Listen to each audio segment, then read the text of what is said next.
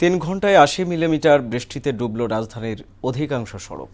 গুরুত্বপূর্ণ সড়ক পানিতে তলিয়ে থাকায় চরম ভোগান্তিতে পড়েন শিক্ষার্থী, কর্মজীবী সহ বিভিন্ন শ্রেণী পেশার মানুষ। এদিকে ঢাকা, রংপুর, খুলনা, চট্টগ্রাম ও সিলেট বিভাগের অনেক স্থানে বুধবারও বৃষ্টির পূর্বাভাস দিয়েছে আবহাওয়া অধিদপ্তর। শামীমুজ্জামান চৌধুরীর রিপোর্ট। মঙ্গলবার ভোর 6টার পর থেকে রাজধানীতে শুরু হয় মুষলধারার বৃষ্টি। অঝোর ধারায় চলা এই বৃষ্টি সকাল 9টার পর কিছুটা কমে আসে।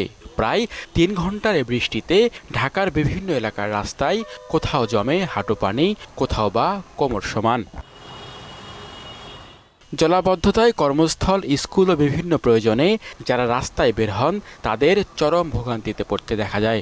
একটু বৃষ্টি হলে মিরপুর 1 থেকে শুরু করে ওই সাইডটা যেভাবে এরকম পানির মধ্যে ডুবে যায়, অ্যাটলিস্ট ডুবে যায় সব কিছু। বৃষ্টি হলে এখানে জলাবদ্ধতা সৃষ্টি হয়, যার ফলে আমাদের এখানে প্রচুর জ্যাম সৃষ্টি হয়, এমনকি মানুষের চলাচলে অনেক প্রবলেম হয়। 9টার অফিস, আমি এখন যাচ্ছি 11টায়। বাসা থেকে বাইরে এসে অফিসে ঢুকতে মনে করেন 1টা, তো এটা একটা ভোগান্তি। 30 থেকে 35 মিলিমিটার বৃষ্টিতে জলের নগরীতে পরিণত হওয়া ঢাকার রাস্তাঘাট সংস্কারের দাবি জানান সাধারণ মানুষ। প্রত্যাশা জরুরিভাবে এই সিটি কর্পোরেশনের যে কাজগুলো আছে এগুলো করার জন্য 5 মিনিট বৃষ্টি হয় তাহলে আমরা এরকম পানিবন্দী হয়ে যাই। এটা যদি প্রশাসনিকভাবে কোনো ভূমিকা না রাখে তাহলে তো আমাদের জীবন দশা খুব মুশকিলের ভিতরে পড়বে। এদিকে ঢাকা, রংপুর, খুলনা, চট্টগ্রাম, সিলেট বিভাগের অনেক জায়গায় বুধবারও বৃষ্টির পূর্বাভাস দিয়েছে আবহাওয়া অধিদপ্তর।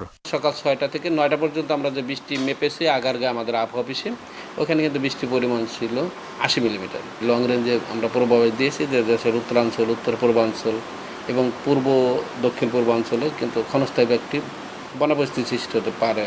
মঙ্গলবারের বৃষ্টিতে রাজধানীর আদাবর, নূরজাহান রোড, কলাবাগান, তেজগাঁও, 7 রাস্তা, শেওড়াপাড়া, মিরপুর সহ বিভিন্ন এলাকায় রাস্তায় পানি জমে যায়। শামীমুজ্জামান চৌধুরী, মোহনা সংবাদ, ঢাকা।